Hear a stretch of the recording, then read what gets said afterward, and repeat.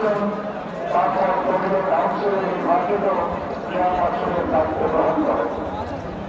তার ৪৩ বছরের রাজনৈতিক জীবনে দক্ষিণের বছরে তিনি দেশের অন্যতম প্রধান রাজনৈতিক দল বিএনপির শীর্ষ নেতা হিসেবে নেতৃত্ব দিয়েছেন, দেশের সমর্থন করেছেন, শক্তিশালী হয়েছেন। দীর্ঘ ৯ বছর স্বৈরাচার হিসাবের বিরুদ্ধে অভিযান লড়াই করে ১৯৯৮ সালে অবাধ সুস্থ নিরাপদের নির্বাচনের মাধ্যমে বিএনপিকে পুনরায় রাষ্ট্র ক্ষমতায় অধিষ্ঠিত করেন তিনি। যাদের কাছে তিনি পান আত্মশীল দেশনেত্রীর মর্যাদা। দেশের মানুষের স্বার্থ রক্ষার কেউ আগ্রহী দেশনেত্রী দেশের কোন অপসংখ্যের সামনে অভাব বাধা নেই।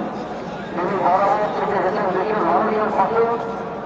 তিনি বলতেন, বিদেশে আমাদের বন্ধু আছে, বন্ধু নেই। জনগণের জনগণে গঠন করেছে রাজ্যের পর যুগান্তর হিসাবে সঠিক উন্নয়নের সমৃদ্ধি অর্জনে তার সাফল্য বাংলাদেশকে বিশ্বে দিয়েছিল দরকার হিসাবে।